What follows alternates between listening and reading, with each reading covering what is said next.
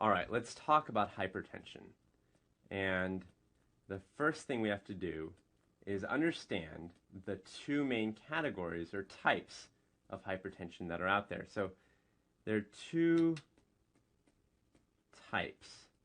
Primary, and this is actually also called essential hypertension. You might hear that word essential.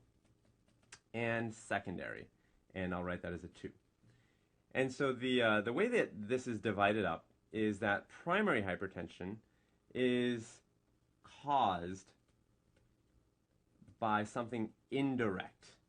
Okay, so what does that mean exactly? So I'll give you some examples of what the indirect cause could be. It could be something like smoking, or it could be that someone has obesity or is obese, or it could be that they have hyperlipidemia, meaning that they have lots of fats floating around in the blood. Or let's say they have diabetes. That would be another cause or indirect cause of hypertension. And these are all risk factors, right? That's another way of thinking about these things. These are general risk factors for having hypertension. And the other category would be something direct. And once I write this down, you'll start seeing the difference. This would be something like kidney disease. So let's say that I have a problem with my kidneys, and they, for some reason, these are my kidneys, they are holding on to far too much fluid than they should. And that's because they're diseased. And so they're holding on to too much fluid, and they're causing my volume of blood to go up. They're causing the volume to go up, and the stroke volume is going up as well. And if the stroke volume goes up, you know that stroke volume is going to cause a higher blood pressure because they're directly related to each other, very direct. That would be one example. Another example could be, let's say I have what's called an aortic coarctation. So this is a very specific problem. This would be if I have my, let's say the heart is here, and I have the aorta coming off here. Normally it should be nice and open the way I've drawn it, but if you have a coarctation, then you might have a pinching in of the vessel. So it would start looking like this. It would look like that, like a pinch. And if you have a pinching in right there, then you have increased resistance. So you have increased resistance.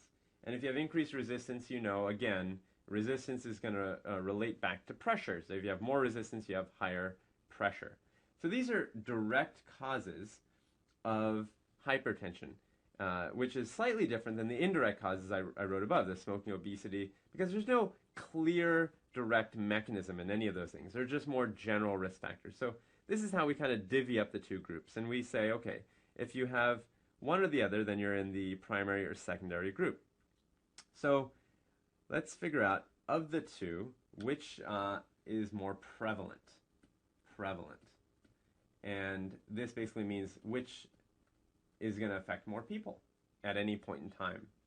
So if I was to poll all people with hypertension, ask them, hey, what group are you in, primary or secondary? Most people would say primary, because most of these people are going to be smokers or obese or diabetics or people that have hyperlipidemia, some of these risk factors that we just laid out. In fact, over 90% of the people have primary hypertension. And only a few people, I would say less than 10%, are going to say, nope, I'm actually in the secondary group. I have a very specific reason for having hypertension. So this is actually a very easy way of figuring out if people are having hypertension from an indirect cause or a direct cause. All right, so now let's assume that you follow one person over time, one individual, and that person used to have normal blood pressure. Let's say this is blood pressure over here, and I'm going to write it out as mean arterial pressure, MAP, mean arterial pressure. And we want to maintain a mean arterial pressure, a MAP, of a certain number. So this would be like a normal blood pressure range, right? Something below this dashed line. So this is normal. But of course, many people have something higher than normal. They, over time, might develop higher blood pressure. So maybe they start out here and here, in the normal range, and then they start having high blood pressure. and it kind of goes up and then down and stops there. So in this person, I'm going to connect the dots. They, if you ask them, would not have any symptoms for most of the time. They would actually say, you know, I feel fine. I don't have any symptoms at all. In fact, up until this point in time, they would say they have no symptoms. No symptoms. And the vast majority of people are actually in this group. So most people with hypertension, if you ask them if they have symptoms from it, they would say no, they don't have any symptoms. But at some point, they can develop symptoms. Not everybody, but you can develop symptoms, and when you do, it's usually quite significant. So you might have problems with your heart. Maybe your heart is having to work harder than it ever had to, and you're having some heart failure. Or you might have problems with your large vessels or medium vessels. And primarily these are the arteries, right? Because the arteries are the vessels that are seeing those high pressures, and those arteries might be getting very stiff. Or you might have problems with tiny vessels. These are the little arteries, the smallest ones, or the arterioles. And remember, the smallest arteries and arterioles, they're not sitting there naked in your body. They're usually within an organ, right? So they're usually within the kidney, or they could be within the eye. So I'll just draw these two, right? So they're usually within some other organ. And if you have problems with the smallest arterioles, let's say they're breaking, then you really, what you're saying is you're going to have kidney problems or eye problems. So these are the kind of problems you can get. And because most people are having no symptoms, most people are over here, you really want to catch them before they cross over from no symptoms to having symptoms. And you want to take care of the blood pressure problems so that they never develop any symptoms. That's the goal. Now, unfortunately, some people develop what's called malignant hypertension. And I'm going to write out for you what malignant hypertension means.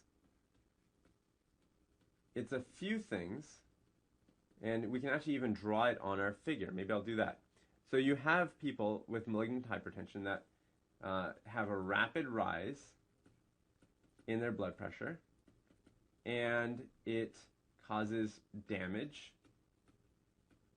and to the heart and vessels. And finally, the range that we're talking about, it's a rapid rise to a really high blood pressure. Sometimes we think of these pressures being around 240 over 120, really high blood pressures. So on our graph, this could be the person that, you know, unlike the person in white, this person maybe had a very quick rise in pressure. And then it got very high. Maybe it got up to 120 over, or 240 over 120. And so this would be the third point. The rapid rise is the first point. And the fact that they're having symptoms is point number 2. So you can see now how someone with malignant hypertension could look on this sort of a graph.